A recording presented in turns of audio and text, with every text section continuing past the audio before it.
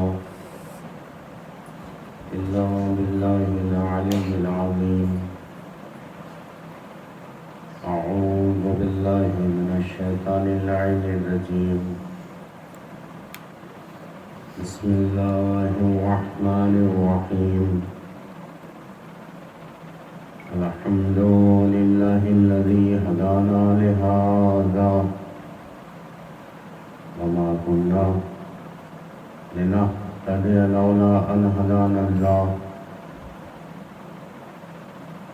لقد جاءت رسل ربنا بالحق.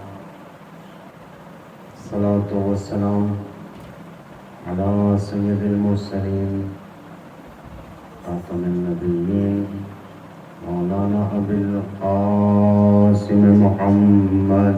اللهم صل على محمد وآل محمد وعلى آله الطيبين الطاهرين المعصومين. لعنة الله على أعدائهم أجمعين من يومنا هذا إلى قيام يوم الدين. أما بعد، وقد قال الله تبارك وتعالى في القرآن الكريم: بسم الله الرحمن الرحيم.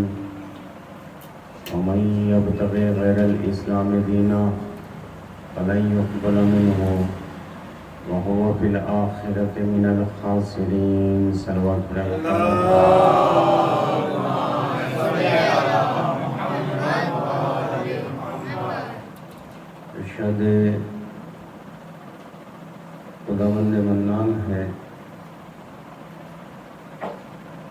کہ جو کوئی شخص اسلام کے علاوہ کسی اور دین کو اختیار کرے گا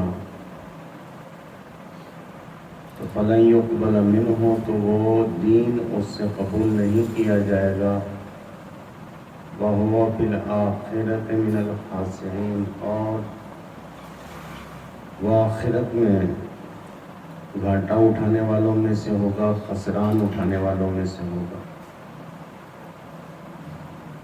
اسلام اور عصر حاضر کے عنوان سے اپنی جس گفتگو کا آغاز کیا تھا، آج وہ گفتگو اپنے آخری مرحلے میں ہے. موضوع کافی وسیع و عریض تھا، جس میں بہت ساری چیزیں قابل بیان تھیں. اسلام اور عصر حاضر میں پہلے اگر تفصیل سے بیان کرنا چاہتے تو پہلے اسلام کو بیان کیا جا سکتا تھا کہ اسلام کیا ہے، اسلام کی تعلیمات خلاصتاً کیا ہے، اور اسلام کے اصول و مبانی کیا ہیں. اس کے بعد موضوع کا دوسرا حصہ عصر حاضر،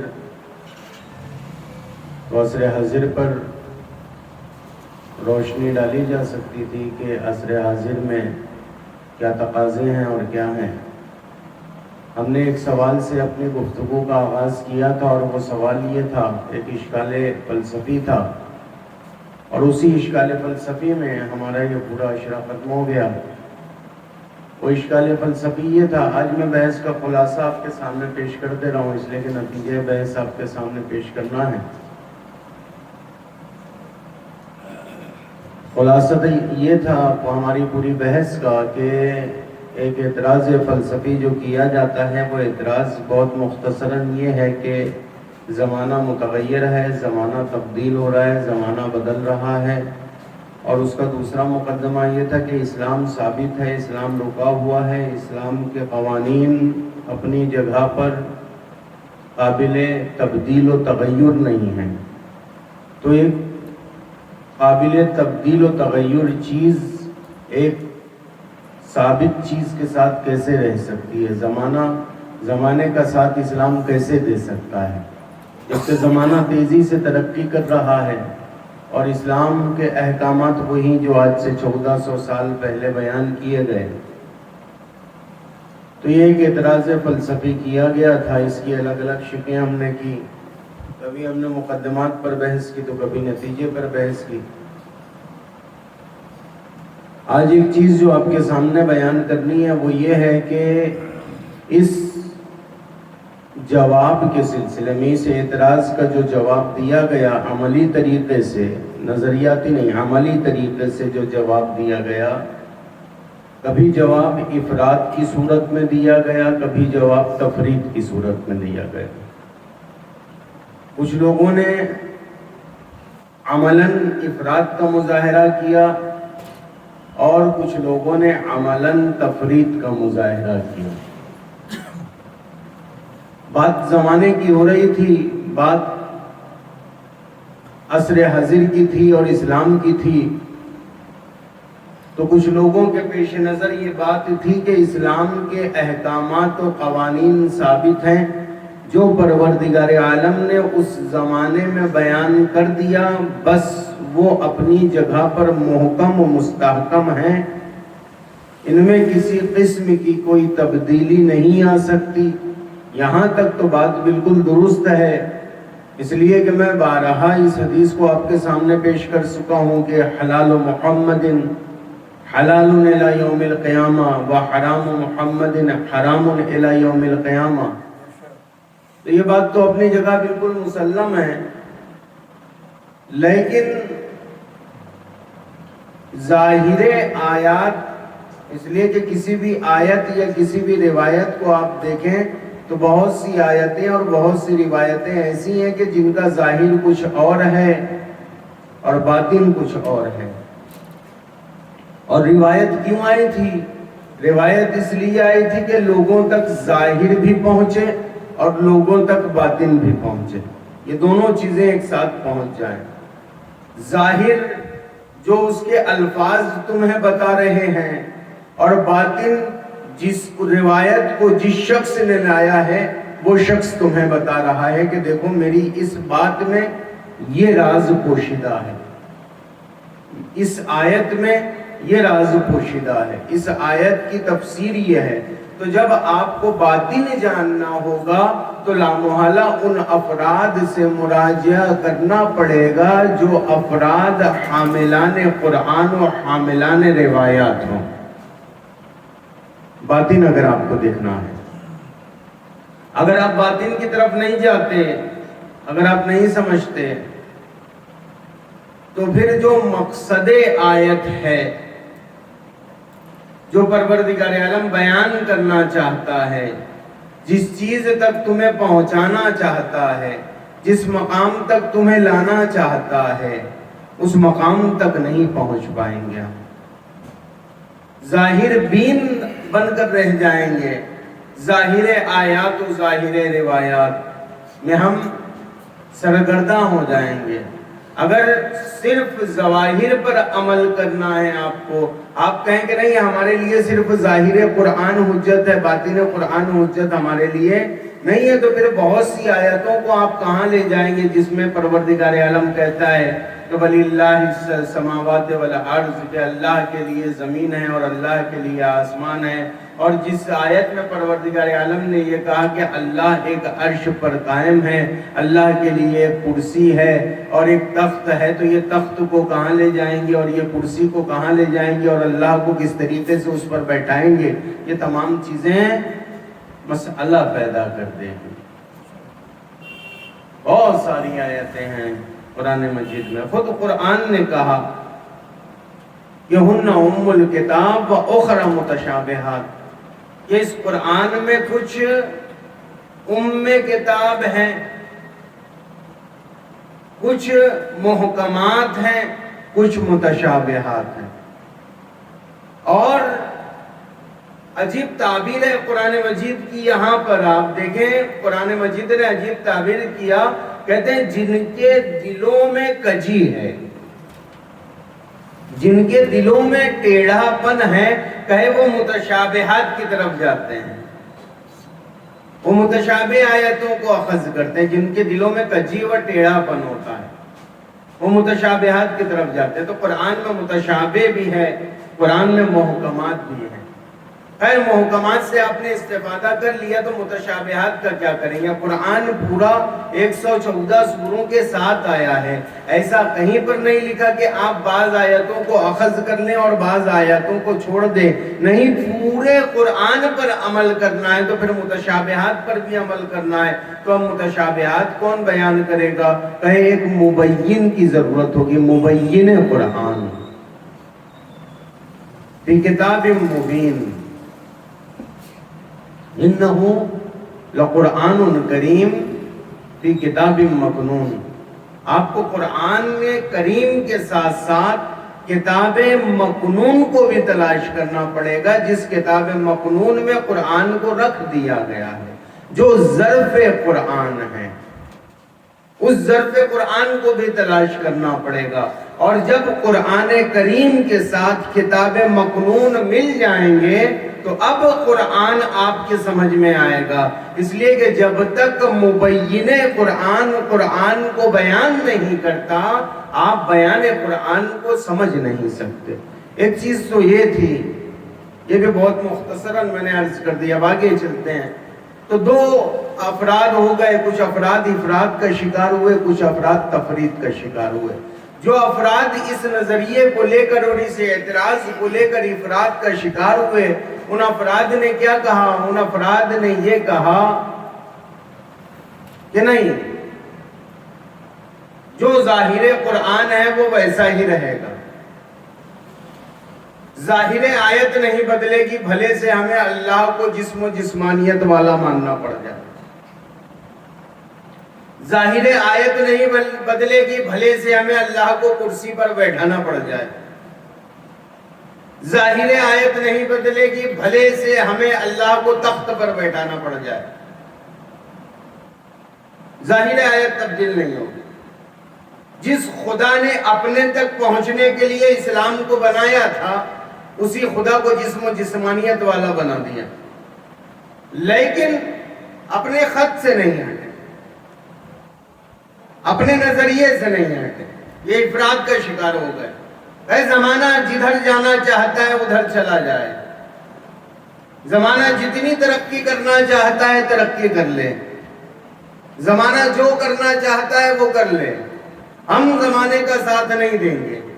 زمانہ ہمارے اعتبار سے چلے گا، ہم زمانے کے اعتبار سے نہیں چلیں گے. ہاں ٹھیک ہے، زمانہ اسلام کے اعتبار سے چلتا ہے. تم کم از کم پہلے اسلام تو سمجھ لو کہ اسلام ہے کیا. تم پہلے اسلام تو سمجھو. تم نے ظاہر اسلام کو دیکھا، ظاہر روایت کو دیکھا اور افراد کا شکار ہو گئے. قانون نہیں بدلتے، یہ مسلم ہے. قوانین نہیں بدلتے، مگر وسائل تو بدلتے ہیں نا. وسائل تو بدلتے ہیں، قانون نہیں بدلے گا. جو گریویٹی کا قانون ہے وہ رہے گا. اب زمانہ کتنی ترقی کرے، قانون نہیں بدلے گا. تو اسلام نام ہے قوانین کا، تو اسلام نہیں بدل رہا، مگر وہاں پر جہاں پر بواطن سے کام لینا ہے، جہاں پر تعبیل قرآن سے کام لینا ہے، وہاں کیا کریں گے. تو جو افراد، کچھ افراد کا شکار ہوئے، انہوں نے کہا کہ نہیں، یہ بات غلط ہے، ہم تو تسلیم نہیں کرنے والے. زمانہ چاہے جو کچھ کہتا ہے کہتا رہے، ہمارے جو احکامات ہیں وہ ویسے ہی رہیں گے، ہم ظاہر قرآن پر ہی عمل کریں گے. نتیجتاً کیا ہوا؟ انہوں نے غلاف کی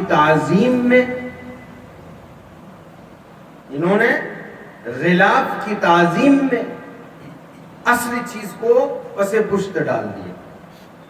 یہ غلاف کی تعظیم میں لگ گئے. نتیجتاً خوارج وجود میں آ گئے. یہ خوارج کیا کہتے ہیں؟ لا حکم الا للہ. ان کا نعرہ ہے کہ کوئی حکم نہیں ہے، قرآن کی آیت کا ٹکڑا ہے کہ لا حکم الا للہ، کہ کوئی حکم نہیں ہے سوائے اللہ کے. بات آپ کی صحیح ہے کہ لا حکم الا للہ، بات کا یہ ٹکڑا صحیح ہے آپ کی، لیکن سوال یہ پیدا ہوتا ہے کہ اللہ کا حکم پہنچائے گا کون؟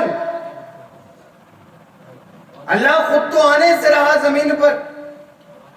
اللہ نے وسیلہ بنایا، اللہ نے انبیاء کو بھیجا، اللہ نے اوصیاء کو بھیجا، انہوں نے بتایا تو آپ کو حکم خدا کے ساتھ ساتھ کیا انبیاء خدا و اوصیاء خدا کو نہیں ماننا؟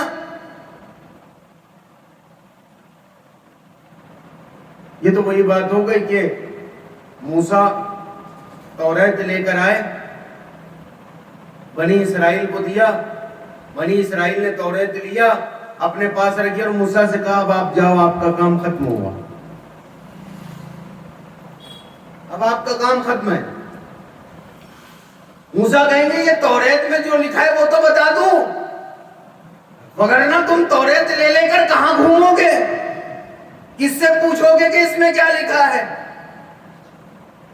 کس سے پوچھو گے کہ اس میں کیا کیا لکھا ہے؟ آج عقل کے اندھے اتنے ہو گئے کہ یہاں سے سونوگرافی کرنے جائیں کہیں پر آپ،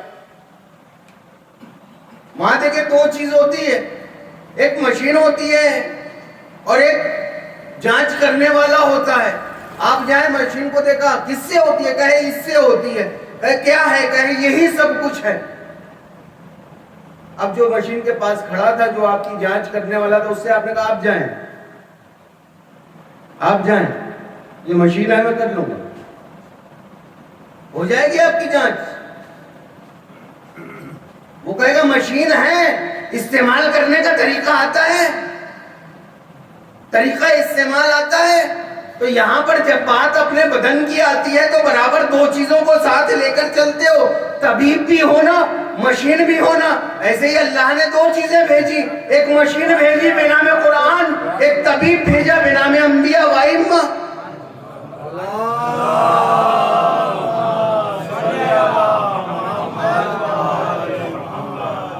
دونوں کے ساتھ، دونوں کو ساتھ لے کر چلو گے تو کام چلے گا نا۔ اب موسیٰ توریت لے کر آئیں، آپ توریت رکھ لیں، موسیٰ کو واپس بھجوا دیں کہ آپ کی ضرورت نہیں ہے، آپ کی ضرورت نہیں ہے۔ یہ افراد کا شکار افراد ہیں۔ خوارج الگ ہو گئے، کہتے ہیں لا حکم الا للہ، یہ حکم صرف خدا کا چلے گا۔ تو خدا کا حکم تمہیں بتائے گا کون؟ ہاں بے شک ہو، حکم خدا کا چلے گا، اس میں اس بات سے ہمیں اعتراض نہیں ہے، مگر یہ تو بتاؤ کہ تمہیں خدا کا حکم بتائے گا کون؟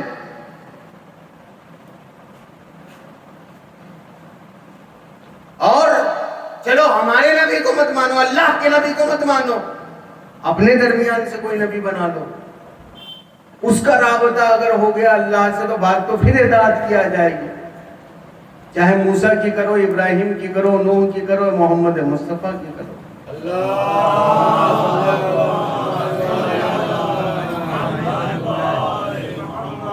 بھائی اخباریوں کا بھی یہی مسئلہ ہے، اخباری ہمارے یہاں پیدا ہوئے، اب بات آ گئی تو عرض کر دوں، کرنا آخر میں عرض کرنے والا تھا۔ اخباریوں کا بھی یہی مسئلہ ہے، بھائی تقلید نہیں کریں گے، تقلید کرنا جائز نہیں ہے، تقلید کرنا حرام ہے، کہ تم کہیں بھاگ جاؤ، تم افراد بدل سکتے ہو، تقلید سے بھاگ نہیں سکتے۔ کہے مرجع کی تقلید نہیں کرنا تو کیا کرو؟ کہے روایات پر عمل کریں گے، روایات پر عمل کریں گے۔ اب کوئی مسئلہ درپیش ہو گیا، کتابوں میں دیکھا، کتب اربعہ میں آپ کو 4 حدیثیں مل گئی،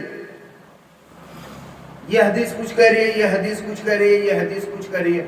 اخباریوں کا عالم تھا، اس کے پاس ایک اخباری پہنچا کہ یہ ایک مسئلہ مجھے درپیش آیا، یہ 4 حدیث ہے، چاروں میں سے کس پہ عمل کر لوں؟ پہلے تقلید نہیں کرنا، اس حدیث پہ عمل کر لیں،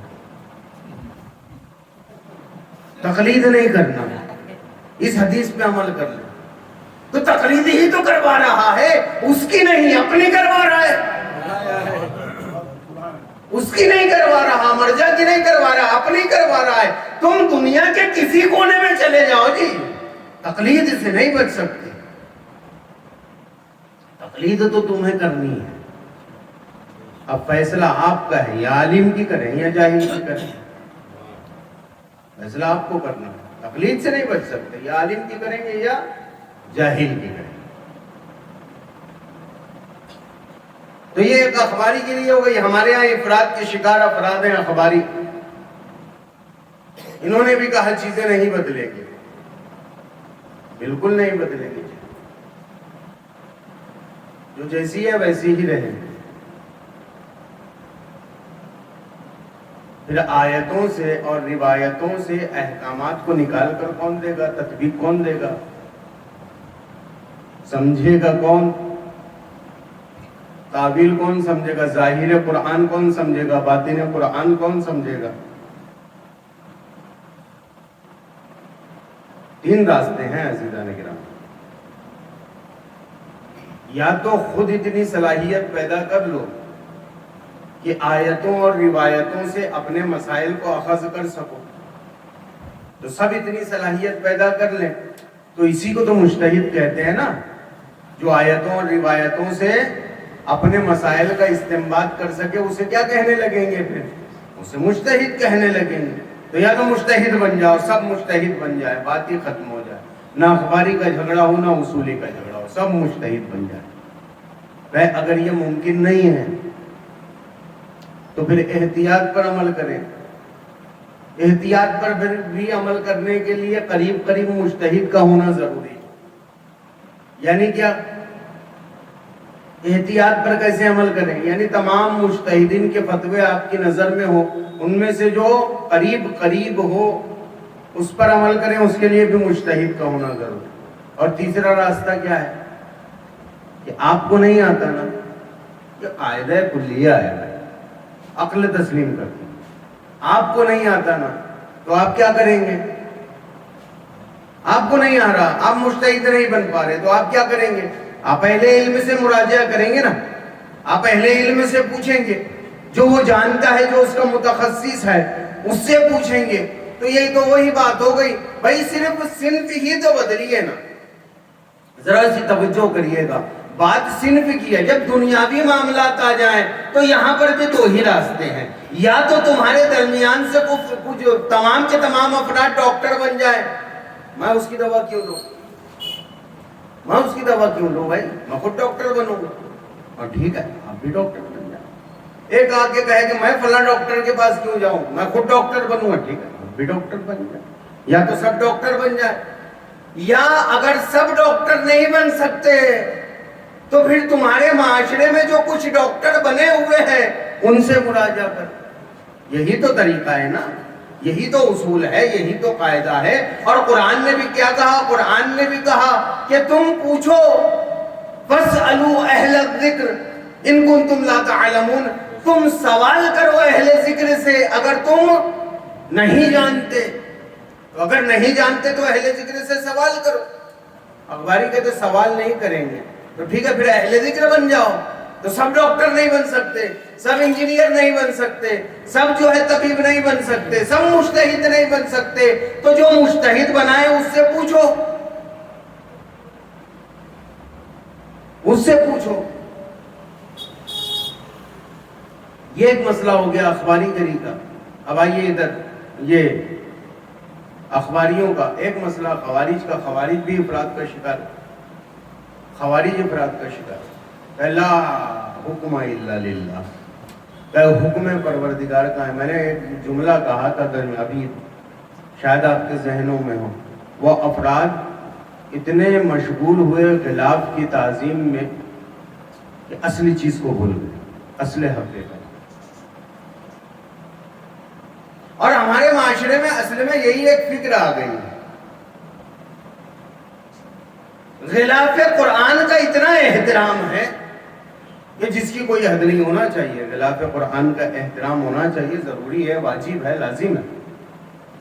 مگر ساتھ ساتھ قرآن نے جو لکھا ہے، قرآن کے جو احکامات ہیں اور جس لیے قرآن نازل ہوا ہے، قرآن طاقوں میں سجانے کے لیے تو نازل نہیں ہوا تھا.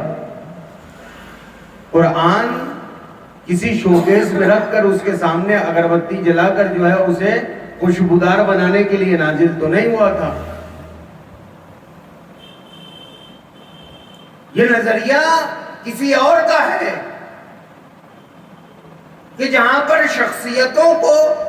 شخصیتوں کے کمالات کو مجسم کر کے ایک جگہ پر رکھ کر اس کے سامنے دیا ہوا اگربتی جلائی جائے. یہ نظریہ کسی اور کا ہے. ہمارے یہاں بت نہیں بنائے جاتے. ہمارے یہاں تجسم نہیں کیا جاتا، ہمارے یہاں اس کی حقیقت تک پہنچا جاتا ہے۔ ہمارے یہاں قرآن کو طاقوں میں سجانے کے لیے نہیں بھیجا گیا، ہمارے یہاں حقیقت قرآن تک پہنچنے کے لیے بھیجا گیا ہے۔ قرآن کو حقیقت تک پہنچنے کے لیے بھیجا گیا۔ تو خوارج نے کیا سمجھا؟ وہ جو ظاہری چیز ہے، جو بین الضفتین ہے، جو غلاف کے درمیان میں ہے، جو کھڈوں کے درمیان میں کاغذ رکھ دیے گئے اور اس میں آیتوں کو لکھ دیا گیا، ان کے دماغ اتنے محدود ہو گئے کہ جب یہ قرآن جو ہے نیزے پر بلند ہوا تو انہوں نے ظاہر دیکھا، قرآن کو دیکھا، یہاں پر قرآن کی مجسم آیت چل پھر رہی ہے، وہ انہیں دکھائی نہیں دیتا۔ یہاں پر قرآن کی تفسیر قرآن جو ہے چل پھر رہی ہے، وہ انہیں دکھائی نہیں دی۔ انہوں نے ظاہر قرآن کو دیکھا، جب قرآن نیزے پر بلند ہوا تو یہ تفسیر قرآن کے خلاف کھڑے ہو گئے۔ یہ قرآن ناطق کے سامنے کھڑے ہو گئے۔ امام کہہ رہے ہیں کہ تم دھوکہ مت کھاؤ، وہ قرآن صامت ہے، میں قرآن ناطق ہوں، میں قرآن ناطق ہوں۔ مگر چونکہ ذہن میں وہ پرانی چیزیں بھری پڑی تھیں کہ جہاں پر بتوں کو یہ پوجا کرتے تھے، مشرکانہ ذہنیت ختم نہیں ہوئی تھی، اس لیے انہوں نے قرآن کو اپنا بت بنا لیا، قرآن کو اپنا بت بنا لیا۔ بہت ذمہ داری کے ساتھ جملے ادا کر رہا ہوں۔ قرآن کو اپنا بت بنا لیا، جو بت نہ کچھ بولتا ہے، نہ کچھ سنتا ہے، نہ کچھ دیتا ہے، نہ کچھ عطا کرتا ہے۔ اسے اٹھا کر لٹا دو تو لیٹ جاتا ہے، لیٹا ہوئے کو اٹھا دو تو اٹھ جاتا ہے، اسے توڑ دو تو ٹوٹ جاتا ہے، اسے جوڑ دو تو جڑ جاتا ہے، وہ کچھ نہیں کر سکتا۔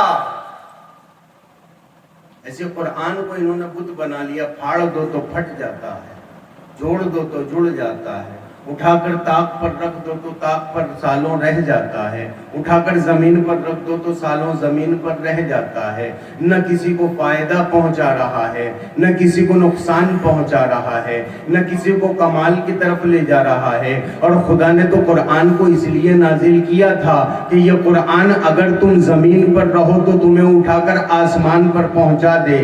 اس قرآن کو اس لیے نازل کیا تھا کہ اگر تم پستی میں ہو تو یہ قرآن تمہارا ہاتھ پکڑ کے پستی سے بلندی کی طرف پہنچا دے۔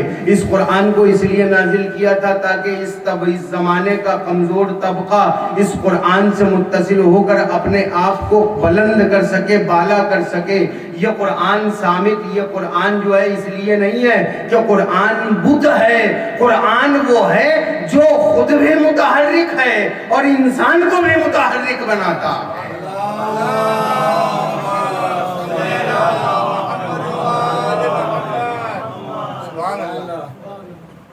یہ قرآن وہ ہے جو بھٹکے ہوئوں کو راستہ دکھاتا ہے۔ خوارج نے قرآن کو بت بنا لیا۔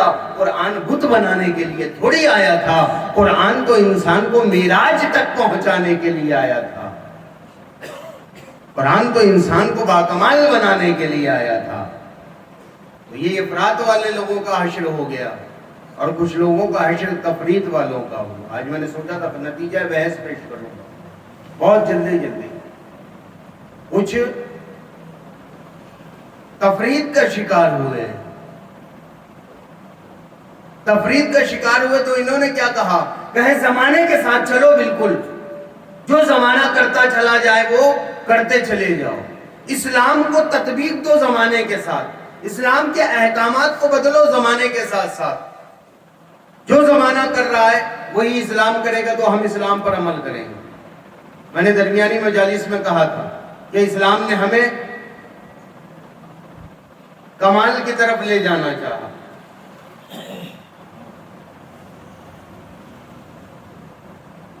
کسی بھی چیز کو تم خود خلاف پہناتے ہو۔ آج زمانہ میں خلاف پہناتا ہے نہیں پہناتا؟ قیمتی چیزوں کو آج زمانہ یہ کہتا ہے کہ اسلام عورتوں اور مردوں میں برابری کا قائل نہیں ہے، عورتوں کو پست سمجھتا ہے، اسلام مردوں کو برتر سمجھتا ہے، یہ عورتوں کو دھوکہ دینے کے لیے، عورتوں کو دھوکہ دینے کے لیے کہ اسلام میں مساوات نہیں ہے، عورتوں کو کمتر سمجھا جاتا ہے، مردوں کو برتر سمجھا جاتا ہے۔ بہت سی آیتیں قرآن میں ہیں جس میں مردوں کو برتری دی گئی، ارث کے مسئلے میں، میراث کے مسئلے میں عورتوں کو برتری مردوں کو برتری دی گئی، عورتوں کو کمتر بتایا گیا۔ جنگ کے مسئلے میں، جہاد کے مسئلے میں عورتوں پر سے ثابت، یہ تمام چیزیں کیا ہے اسلام میں۔ عورتوں کو پردے کا حکم دے دیا، کہ تمہیں محدود کر دیا پردے میں رکھ کر۔ جو مقام اسلام نے عورت کو دیا، نہ عیسائیوں نے دیا، نہ یہودیوں نے دیا، نہ کسی اور دین کے ماننے والوں نے عورت کو وہ مقام دیا۔ اور تم اور کوئی دین کیا دے گا؟ اور تم اسلام جیسا مقام عورت کو کہاں دے سکتے ہو؟ جس اسلام میں عورتوں کی سردار سیدہ کائنات ہو، اس سے بہتر مقام کہاں دیا جا سکتا ہے؟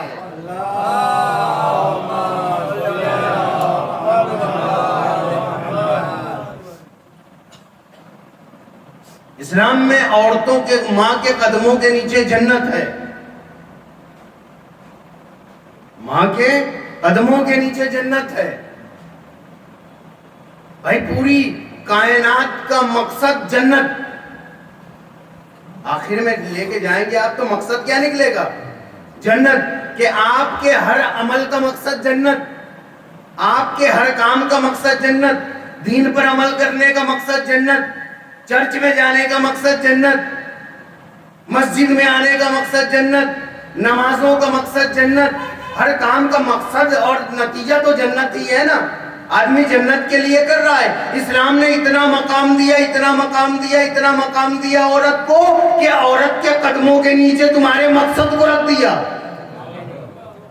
عورت کے قدموں کے نیچے تمہارے نتیجے کو رکھ دیا۔ یہ مقام ہے عورت کا۔ سب سے قیمتی چیز اسلام کی عورت، سب سے اہم چیز اسلام کی عورت، سب سے اہم ترین چیز اسلام کی عورت، سب سے ویلیویبل چیز اسلام کی عورت۔ تم کہتے ہو اسلام نے عورت کو مقام نہیں دیا، اپنے ہیرے کو خرید کر لاتے ہو تو ایسے ہی کھلا نہیں چھوڑتے، اسے پاکٹ میں ڈال کر رکھتے ہو۔ اپنے بہترین سامان کو جب خرید کر لاتے ہو تو اس پر غلاف چڑھاتے ہو۔ میں نے کہا کیوں غلاف چڑھایا؟ کہ بہت قیمتی ہے۔ ایسے ہی اسلام نے اپنی قیمتی چیز کو حجاب میں رکھ دیا تاکہ محفوظ رہ سکے، تاکہ محفوظ رہ سکے۔ یہ حجاب رکاوٹ نہیں ہے، یہ حجاب کمال ہے، یہ حجاب کمال ہے۔ اگر حجاب رکاوٹ ہے تو بتاؤ عورت حجاب کی وجہ سے کہاں رکی؟ اگر حجاب رکاوٹ ہے تو بتاؤ عورت حجاب کی وجہ سے کہاں رکی؟ دیکھو آج ڈاکٹر بننے میں رکاوٹ ہے، تم رکاوٹیں پیدا کر رہے ہو۔ تم نے کہا کہ ہم نہیں پڑھائیں گے، وہ تو حجاب کے ساتھ پڑھنے کو تیار ہے نا۔ آج دیکھو حجاب کی وجہ سے عورت پائلٹ نہیں بن پا رہی، حجاب کی وجہ سے عورت پائلٹ نہیں بن پا رہی۔ اسلام کا مقصد یہ نہیں ہے کہ تم ڈاکٹر یا پائلٹ بن جاؤ نا، اسلام کہتا ہے کہ یہ بھی بنو، ٹھیک ہے یہ بھی اچھی چیز ہے، دنیاوی چیزوں کو بھی اختیار کرنا ہے، آگے بڑھنا ہے دنیا میں بھی، مگر یہ کہ ایک مینڈک کو ایک کنویں میں ڈال دیا جائے اور مینڈک پورے کنویں میں ٹرٹراتے پھرے اور کہے کہ کتنا وسیع و عریض میرا ملک ہے، کتنا سارا پانی ہے، پوری کائنات میرے کنویں میں ہے۔ ارے بھائی تو خود کنویں کے اندر میں ہے۔ اگر مینڈک یہ دعویٰ کرنے لگے کہ سمندر مجھ سے چھوٹا ہے تو آپ کسے جو ہے الزام دیں گے؟ کہے مینڈک کی عقل کو الزام دینا پڑے گا، سمندر کو الزام نہیں دے سکتے۔ اب آپ آئیں اور ثابت کرنے بیٹھ جائیں کہ نہیں تیرا کنواں چھوٹا ہے، سمندر بڑا ہے، تو دوسرے کیا کہیں گے کہ عجیب آپ احمق آدمی ہیں، کہاں ثابت کرنے بیٹھ گئے؟ یہ تو مینڈک کی عقل میں فطور ہے، آپ کہاں اس بات کرنے بیٹھ گئے؟ آج دنیا اسلام کو کچھ بھی کہہ رہی ہے، آپ کہاں ثابت کرنے بیٹھ گئے؟ یہ تو مینڈک کی عقل کا فطور ہے کہ اس دنیا کو وہ اپنی کائنات سمجھ رہا ہے۔ اور پروردگار عالم نے اتنی وسیع و عریض کائنات کو بنایا، سورہ حمد میں ارشاد فرمایا الحمدللہ رب العالمین، میں حمد کرتا ہوں اس پروردگار کی کہ جو عالمین کا پالنے والا ہے۔ تم ایک عالم کے ایک چاند تک پہنچتے ہو تو اپنی پیٹھ تھپ تھپانے لگتے ہو، ایک گیلیکسی تک تمہاری عقلیں محدود ہیں، اس جیسی پتہ نہیں کتنی گیلیکسیاں پروردگار عالم نے بنا دی، اور تمام گیلیکسیوں کو بنانے کے بعد ایک ایسی باکمال پردہ دار خاتون جس کے گھر سے پردہ نکلا، اس پردہ دار خاتون کے لیے کہا سیدۃ نساء العالمین۔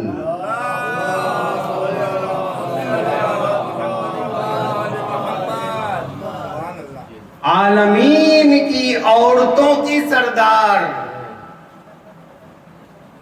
تم عالم تک محدود ہو، یہاں تو پردہ دار خاتون عالمین کی عورتوں کی سردار بن گئی، تو پردہ کہاں رکاوٹ ہوا؟ تو کچھ لوگ تفرید کا شکار ہوئے، انہوں نے کہا کہ نہیں زمانے کے ساتھ چلو۔ زمانے کے ساتھ چلنے کا مقصد کیا ہو گیا؟ کیونکہ زمانہ کہتے ہیں ترقی کر رہا ہے، تو یہ لوگ اتنے تنزلی کا شکار ہو گئے، تنزلی کا شکار ہو گئے، جنہوں نے جس چیز کو انہوں نے ترقی سمجھا دراصل وہ تنزلی تھی۔ آج دیکھیں تنزلی کا شکار ہے نہیں ہے ہم، آج یورپ پریشان ہے، اتنی تنزلی آ گئی ہے وہاں پر، اخلاقی اقدار نہیں ہے، کچھ نہیں۔ یہ لوگ جو تفرید کا شکار ہوئے، انہوں نے کیا کہا کہ بہت سی چیزیں بہت سے احکامات اسلام کے کسی ایک وجہ سے ہے، کہ اگر وہ وجہ ختم ہو جائے تو، جیسے سور کا گوشت اسلام میں حرام ہے، نہیں کھا سکتے۔ یہ جو تفرید کا شکار ہے، انہوں نے کیا کہا؟ انہوں نے کہا کہ اسلام کے ہر حکم کے پیچھے ایک فلسفہ ہے، اس حکم کے پیچھے کیونکہ انہیں سور کا گوشت کھانا ہے، کیونکہ انہیں میکڈونلڈ جانا ہے، انہیں ڈومینوز جانا ہے، اور وہاں پر جا کر انہیں یہ تمام چیزوں کو کھانا ہے، تو کیا کیسے کھائیں؟ کہ حلال بھی کھانا ہے تو ایک کام کرو، حلال کو حرام بنا دو، حرام کو حلال بنا دو۔ کیونکہ ان کی ہمت نہیں ہے نا کہ یہ کہہ سکے کہ میکڈونلڈ میں جا کے کھانا حرام ہے، یہ میکڈونلڈ کے خلاف نہیں کھڑے ہو سکتے، ان کے اندر طاقت نہیں ہے، کمزور لوگ ہوتے ہیں، اندر سے کمزور اور ٹوٹے ہوئے لوگ، یہ اسرائیل کے خلاف نہیں کھڑے ہو سکتے، یہ فلسطینیوں کو الزام دیتے ہیں کہ تم نے اپنے مکان کیوں بیچے، یہ امریکہ کے خلاف نہیں کھڑے ہو سکتے، یہ فلسطینیوں کے خطاؤں کو تلاش کرتے ہیں کہ فلسطینیوں نے کہاں خطا کی، کہاں غلطی کی۔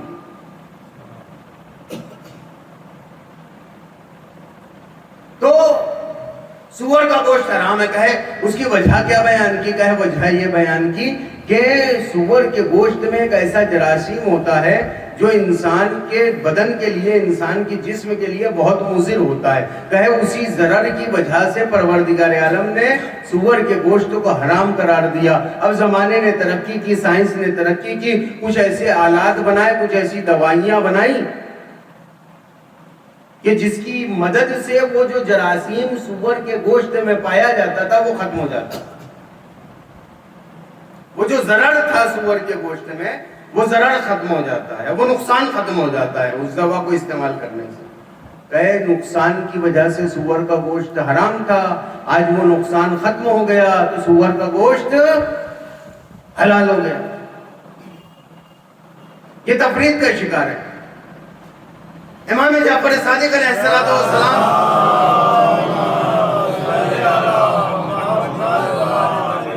بھائی وہ وجہ جو تم نے سمجھی کیا وہی وجہ کی وجہ سے حرام کیا پروردگار نے؟ کیا ڈائریکٹ اللہ سے پوچھا تھا تم نے؟ وہی نازل ہوئی تھی تمہارے اوپر کہ اسی وجہ سے حرام ہوا. اور اس کے بعد ہو سکتا ہے اس میں ایسے نقصان ہو جس تک ابھی تک تمہاری رسائی ہی نہ ہوئی ہو. ایسے نقصان ہو جس تک تمہارا ذہن ہی نہ پہنچا ہو. امام نے کیا کہا؟ امام کہتے کہ جو شخص سور کا گوشت کھاتا ہے اس کی غیرت ختم ہو جاتی ہے. اس کی غیرت ختم ہو جاتی ہے. وہ دھیرے دھیرے بے غیرت ہو جاتا ہے. آج یہ جو بے غیرتی اتنی پھیلی ہوئی ہے یورپ میں، بعید نہیں ہے کہ وہ اسی وجہ سے. بس ایک جملہ، اس لیے کہ میں اپنے مقام تک نہیں پہنچ پایا، میں نتیجے تک نہیں پہنچ پایا. دامن وقت میں اتنی گنجائش نہیں ہے کہ تمام چیزوں کو بیان کیا جائے. تو دو گروہ ہوئے، افراط و تفریط، یہ دونوں ہو گئے. دونوں کی وضاحت انشاءاللہ کسی اور موقع کے لیے. جو چیز عرض کرنی ہے اسلام اور عصر حاضر کے عنوان سے، اسلام کی سب سے بڑی تعلیم آج جو دغدغہ ہے پوری دنیا کا کہ کوئی کمزور ہے، کوئی طاقتور، کوئی فقیر ہے، کوئی غنی، الگ الگ چیزیں ہیں. اور دنیا مساوات کو قائم کرنے کی کوشش میں لگی ہوئی ہے. دنیا چاہتی ہے کہ آج دنیا میں مساوات قائم ہو جائے، برابری قائم ہو جائے. اور اس کے لیے بہت سے فرقے بن گئے مساوات کو قائم کروانے کے لیے کہ مساوات اور برابری قائم ہو جائے. اس کے لیے کیا کیا کہ اقتصادی نظام کو بدل ڈالو. جو امیر ہیں ان سے پیسہ لے کر غریبوں کو دے دو اور دونوں کا پیسہ برابر کر دو، مساوات قائم ہو جائے گی. کیسے مساوات قائم کرو گے؟ جب تک اسلام کے پاس نہیں آتے تمہارے مسائل کا حل نہیں نکلنے والا. کیسے مساوات قائم کرو گے؟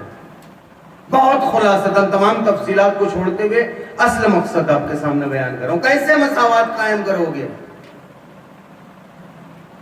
ایک طاقتور ہے، ایک کمزور. ایک کا قد جو ہے وہ 6 فٹ کا ہے، ایک کا قد 5 فٹ کا. کیسے مساوات قائم کرو گے؟ 6 فٹ والے کو 5.5 کا بنانا پڑے گا، 5 والے کو 5.5 کا. یعنی 1 فٹ 6 فٹ سے نکالو، اس کا آدھا آدھا تقسیم کرو اور دونوں کو آدھا آدھا دے دو. کر سکتے ہو؟ ایک بہت موٹا تازہ طاقتور، ایک کمزور و نہیں. اب کوئی ایسا انجیکشن بناؤ کہ جو کمزور ہے وہ طاقتور ہو جائے اور جو طاقتور ہے وہ کمزور ہو جائے. کیسے بناؤ گے؟ ایک خاندان کے 20 افراد اور ایک خاندان میں 15 افراد. اب کیسے مساوات قائم کرو گے؟ اس 20 میں سے کچھ افراد کو نکال کر اس خاندان میں داخل کرو گے. کیسے مساوات قائم کرو گے؟ کیسے مساوات؟ صرف پیسوں کے بانٹنے سے مساوات نہیں ہوگی. آج خاندانی برتری بھی ہے، آج ملکی برتری بھی ہے. کوئی ملک چھوٹا ہے تو کوئی ملک بڑا ہے. آج کوئی طاقتور ہے تو کوئی کمزور ہے. جو افریقہ کا ہے وہ کالا ہے، جو یورپ کا ہے وہ گورا ہے. کیسے مساوات قائم کرو؟ بہرحال تم کتنی ہی برابری کر لو گے، پیسہ بانٹ دو گے، مگر کالا تو گورے سے کہے گا اور گورا تو کالے سے کہے گا نا. گورا کہے گا کالے سے کہ دیکھ تو تو کالا ہے، میں تو گورا ہوں.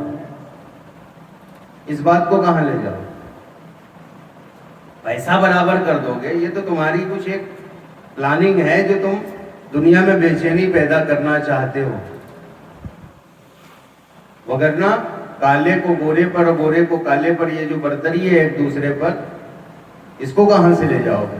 جو طاقتور پر ہے وہ تو کمزور سے کہے گا نا کہ میں طاقتور ہوں تو کمزور ہے. جس کا خاندان بڑا ہے وہ چھوٹے خاندان والے سے کہے گا نا کہ ہمارا خاندان بڑا ہے تمہارا چھوٹا ہے. جس کا ملک بڑا ہے وہ چھوٹے ملک سے کہے گا نا ہمارا ملک بہت بڑا ہے تمہارا ملک بہت چھوٹا ہے. ایک چیز بتاتا ہوں بہت خلاصتاً آپ کو. دیکھیں اسلام کی سب سے بڑی تعلیم کون سی ہے؟ احکام کی بات نہیں کر رہا میں، فرائض کی بات نہیں کر رہا، اصول کی بات کر رہا. اصول میں اسلام کی سب سے بڑی تعلیم کون سی ہے؟ توحید. اصل اسلام توحید. توحید.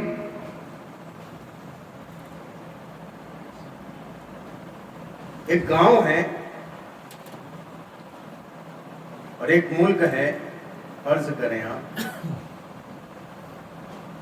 الگ الگ دیکھیں آپ خاندانیں بٹی ہوئی, کچھ جاٹ ہیں, کچھ الگ ہیں, کچھ الگ ہیں. ایک گاؤں میں چند افراد پوچھتے ہیں کس قبیلے سے ہو؟ فلاں قبیلے سے.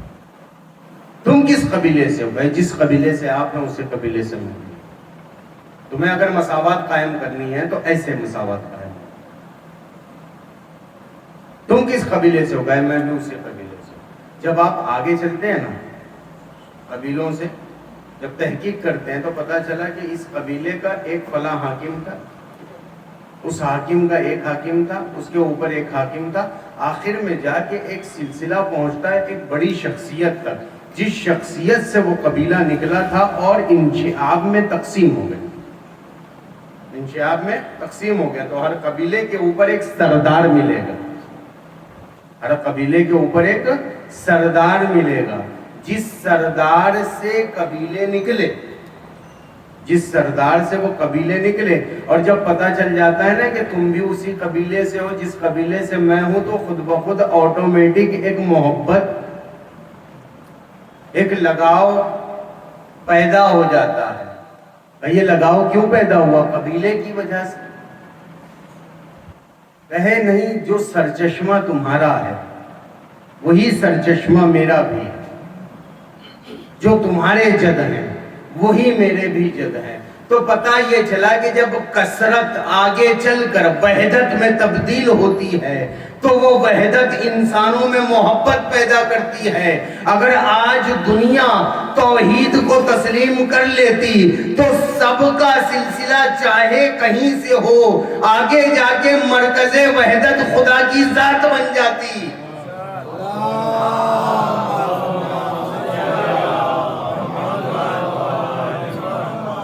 مرکز خدا کی ذات بن جاتی.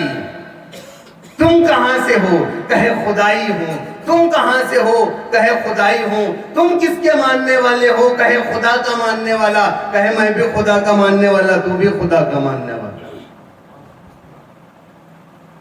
یہ ہے نظریہ مساوات, یہ ہے دنیا کو دیکھنے کا نظریہ. توحید کے نظریے سے دنیا کو دیکھو. اسلام نے کہا لا شرقی ولا غربی, نہ کوئی مشرق نہ کوئی مغرب, امت محمدیہ. یہ ہے مساوات. بس عرض کر سکتے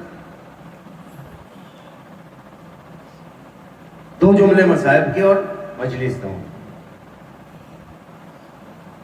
احکامات و تعالیمات ائمہ اور انبیاء کو چھوڑنے کا نتیجہ کربلا. اسلام کو صحیح طریقے سے نہ سمجھنے کا نتیجہ کربلا. ہوس پرستی و ہوا پرستی کی جو ہے اتباع کرنے کا نتیجہ کربلا. اور کربلا میں کیا ہوا؟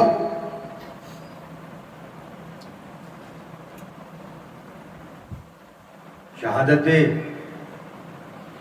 اسارتیں.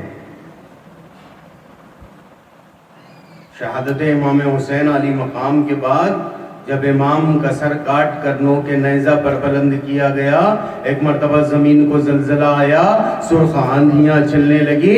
ایک مرتبہ سید سجاد کہتے ہیں پھوپھی اماں ذرا خیمے کا پردہ تو ہٹانا. ایک مرتبہ زینب نے پردہ ہٹایا, پردہ ہٹنا تھا. سجاد نے اپنے بابا کے سر کو نو کے نیزہ پر بلند دیکھا, آواز تھی السلام علیکہ یا ابا عبداللہ.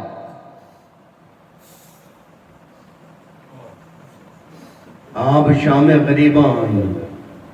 صرف ایک واقعہ پڑھوں گا عزیزان کرام. شام غریباں آئی, سکینہ کے تماچے لگے, سکینہ کے کانوں کے بندے چھینے گئے,